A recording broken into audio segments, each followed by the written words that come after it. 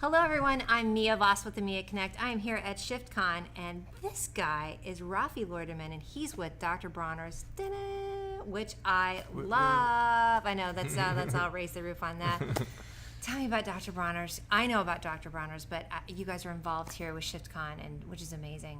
Yeah, it's great to be here. As many people know, we've been around for quite some time. I think we're coming on 70 years of existence. And the family's been making soap for over 150 years since, when they started in Germany. When soap was real. When soap was real. For reals. Yes. Right, when soap actually meant soap as opposed to a non-soap product. Sure. So you guys are like, country before country was cool almost, right? So it was like that. Just now it's becoming more, thank God, more popular, but you guys have just stayed the course the whole time and not changed. Yes. So, Dr. Bronner himself was a kind of visionary in terms of being ahead of his time as an ecological pioneer, wanting to make an ecological soap, and it fit with his message of also, how he put it, saving spaceship Earth. Love this guy. Yeah, he was an eccentric visionary, you like to say. I love that. And then he started making soap in the States in like 1948, and fortuitously he was around during the time of the counterculture, and so they really grabbed onto his message and his soap, and that's how the company grew. And that when his grandsons took over in the late 90s, they really, took on the mantle of being a pure product. So, right. And probably when it was more difficult to do that and more cost prohibitive, because that just still sort of ran against the grain of what the P&Gs and the bigger companies did. So they good for them that they've had this family heritage that stayed the course. And I think. The grandsons, David and Mike, like, to their credit, they really wanted to take it even further. Right. So they went, organic on all the main ingredients. Sure. And then after that, they realized, well, that's not enough. And most people would stop at that. Like, listen, I'm going to do the bare minimum that I need to do to stay within these guidelines. But if it starts, again, getting cost prohibitive, they would stop. But they push through. They push through, and they realize, well, it's also about the human impact, the people who are producing these ingredients, what's going on with them? Are they getting paid a fair price? So then it was like, well, we need to try and find fair trade and organic supply chains for our main ingredients. Which I love. Took it outside the company. We just keep having this theme with everybody we talk with who are sponsors that, yes, they're producing great product, but there's a really great message behind it, and the companies are running well and doing great things to keep the whole system going too. So I'm pretty sure that your packaging hasn't changed. Our packaging has, there's tweaks, maybe a here little and bit there. of font. Yes. And of course the label GMOs, because they didn't know. We made a special GMO label, which I absolutely love, and I love it's in the shape of Oregon, is the one they were talking about here. But we have a Colorado one as well. Hala, which is where all y'all know that I am from. So, but I can just see that from this, it's always been about the same, complete transparency from day one. Everything is on there, right? Yeah. Is this I know that I see this all the time. What's your most popular product? So our peppermint soap, it continues to be our most popular scent.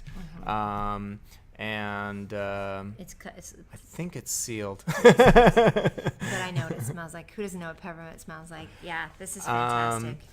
Peppermint continues to be our most popular product, but we have been last few years been bottling coconut oil for culinary use, and it's really taken off. It's become one of our most like that. Oh, so we just had a funny little conversation about oil pulling. Let's talk about that. Yeah. It's become all the rage. It has. I read about it. I did try it. I was saying to you that I actually loved it. So the concept of oil pulling is that you take, about a tablespoon of oil, which I love, again, with your product because it's fair trade and organic, so that makes me feel better about it. You pop that bad boy in your mouth, and let it melt and just swish it around and tell me what the benefits are of it, because I did it and, you know, So it better be good. So, well, apparently it's a old ancient Ayurvedic practice, you know, going back to the Indian subcontinent, thousands of years. And apparently it sort of pulls the nasties out of your toxins. You do it first thing in the morning, Right. right? And it's before you even drink water. And for me personally, I just found it to be a very soothing part of my meditation. I had to shut the hell up for 20 minutes. Right, that's the hard part. So you said, yeah, you said it didn't work for you. But Yeah, well, I mean, that's when I tell people about oil pulling, that's usually the response is like 20 minutes. Yeah, that's a long time. But I think if anything, getting used to that, for me, I really did. I love that. I know it helps your teeth, your gums, and again, pulls out a lot of the toxins too. Right. So I'll post a link for that too on the information here, because I just think it's so interesting. But Well, I mean, the cool thing about coconut oil is just such a versatile. everything. Yeah, everything. Yeah. You know, cooking, body care. You know, you can use it for so many things. So it's and we're the only ones who make a whole kernel, which is with the brown parent. You know, there's like sort of the brown skin that's around the coconut, and we press it with that brown skin intact. So it's a little nuttier flavor, a little more nutritious. Gotcha. And is it are people just doing it without that because it's easier and just It's quick, just quicker process? traditionally that's how it was done, I think, Uh-huh. and that just became the norm for no discernible reason, as far as I can tell. Dumb. Sometimes just like dumb habits get started. Right. You guys have stayed on that too. So I noticed then too, I think this is the second ingredient on this is coconut. Right. Organic coconut oil. So has that always been, so you guys have been on top of the coconut oil craze way before it was Yeah, popular? our soap has always been essentially a blend of coconut, olive, jojoba, and then when David took over the Hemp company, oil? he added hemp oil. Yeah, Okay, that was kind of his activist ingredients. Like, well, Sure. hemp needs to be in there. I mean, Yeah. obviously it's great. It has a great profile as an oil, such great super properties. moisturizing and lathering properties. But also there was an activist bent to it in terms of, hey, this should be legal to grow in the U.S. Why isn't it? Don't get me started, but I do live in Colorado, Hey, so of course it is legal to grow in Colorado. It is legal to grow in Colorado, and I I really think generally do harvested. like it. I think Ryan Laughlin harvested like the first crop in 60 years or something. Yeah, so very cool. Which the craziest thing, I mean, I love that the hemp, which is such an amazing product and should have never been outlawed, but that's just me, is now being able to be used in products and really help out the environment too. So what's coming on the horizon for you guys, for Dr. Bronners? So let's Anything see. new, exciting? Anything new and exciting? Yeah, I'm not sure. There are new things, new and exciting things. I'm not sure I'm allowed to talk about them. You're like the first person that said that, you guys. So just wait for a couple months to see what comes out of ShiftCon with all these sponsors, because they're coming up with some new crazy stuff for us. Yeah, I mean, in terms of products, we've got a couple new things coming down the line, Okay. and we actually are excited. We're in a few months we are updating the font a little bit. So no, crazy. we want nothing crazy. We just wanted to make the bottle a little more readable. Right. And kind of so we've been we obviously want to stay within our tradition, and still A lot of us have are all the over 40, original. you're right. We do. You can feel I'm like a whole bottle across the tape.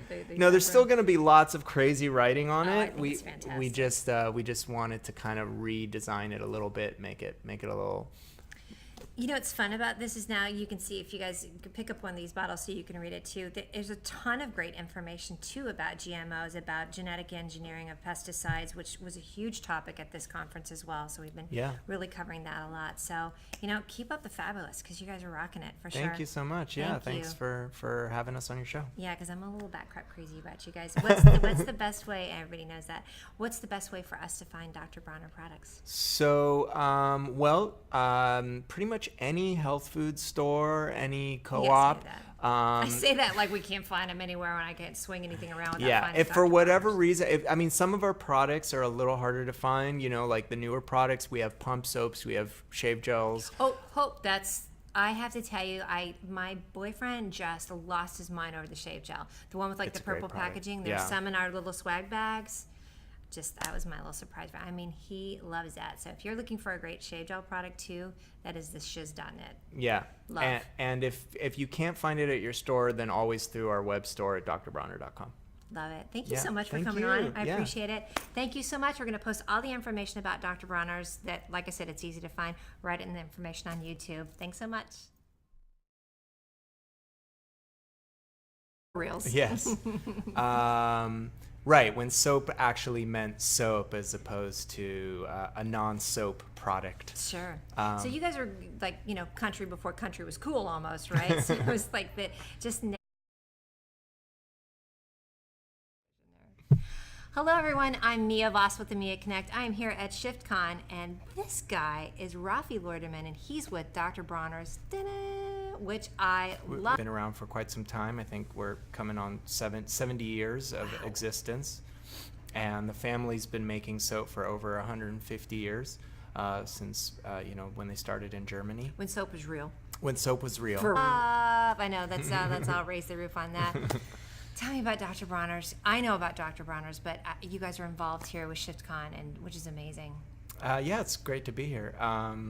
So, yeah, as many people know, Now it's becoming more, thank God, more popular, but you guys have just stayed the course the whole time and not changed. Yes. So, Dr. Bronner himself was a kind of visionary in terms of